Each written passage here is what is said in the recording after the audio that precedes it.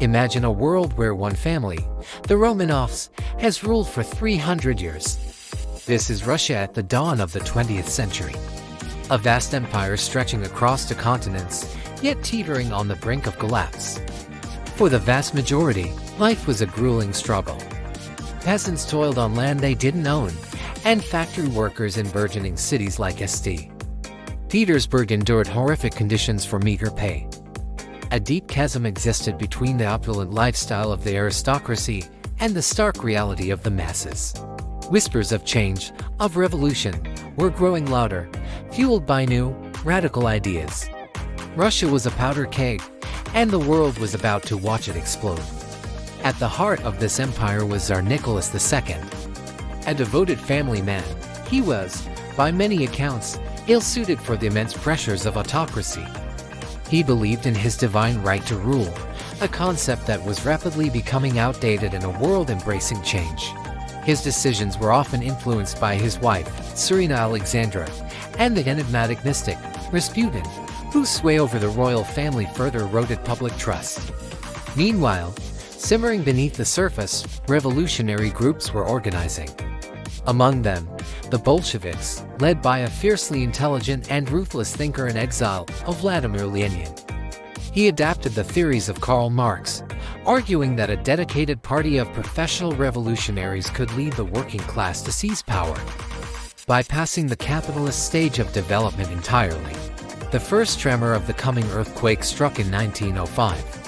Following a humiliating defeat in the Russo-Japanese War, a group of peaceful protesters, led by a priest, marched to the Tsar's winter palace in St. Petersburg to plead for better conditions. They were met not with compassion, but with gunfire. This event, known as Bloody Sunday, shattered the centuries-old image of the Tsar as the benevolent little father of his people.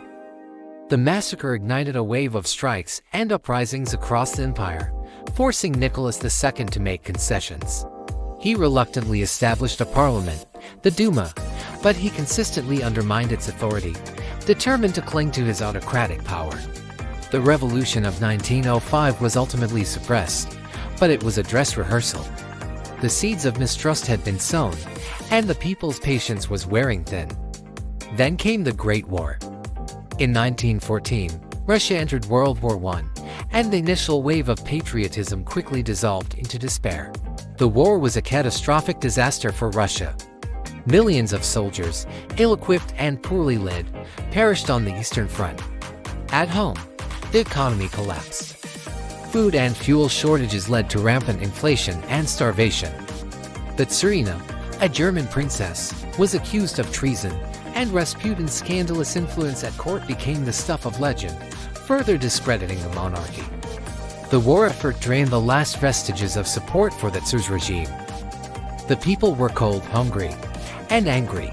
By the winter of 1917, the empire was on its knees, ready for the final push. In February 1917, the breaking point was reached. It began with women in the capital, now renamed Petrograd, taking to the streets to protest bread shortages. Their demonstration on International Women's Day quickly swelled into a massive general strike. Factory workers joined them, and then the unthinkable happened. Soldiers, ordered to fire on the crowds, mutinied and joined the revolution instead. With his authority gone and his capital in the hands of the people, Tsar Nicholas II had no choice. On March 15, he abdicated the throne, ending 3 centuries of Romanov rule. A wave of euphoria swept across Russia. A provisional government was formed, composed of moderate liberals and socialists, promising a new era of freedom and democracy. For a moment, it seemed like a brighter future was possible. But the new government made a critical error. It chose to continue the war. This decision was deeply unpopular and played directly into the hands of the Bolsheviks.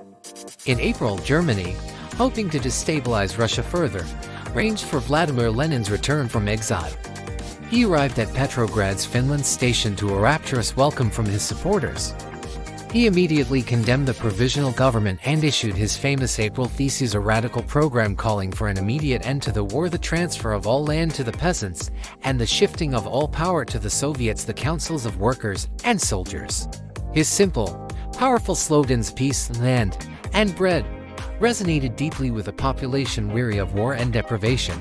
The Bolsheviks' influence began to grow exponentially.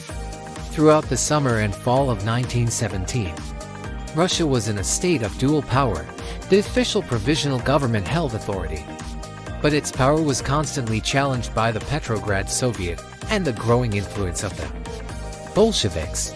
The charismatic Leon Trotsky, a brilliant organizer and orator, joined the Bolsheviks and became a key figure, masterminding the party's strategy. As the provisional government faltered, failing to solve the food crisis or end the war, the Bolsheviks presented themselves as the only party capable of decisive action.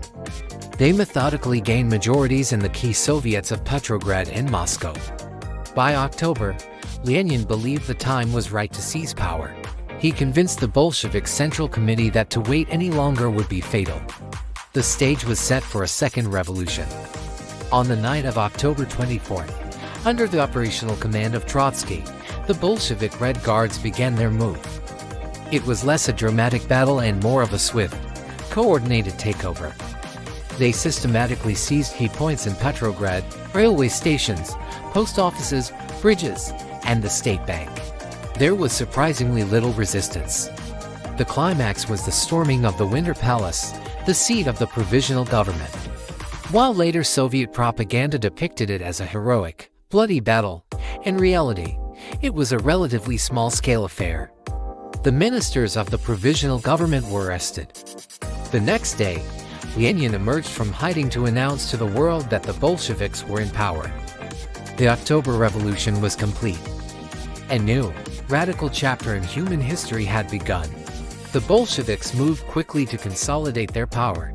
They issued decrees nationalizing banks, giving control of factories to the workers, and, most importantly, pulling Russia out of World War I with the Treaty of Brest-Litovsk.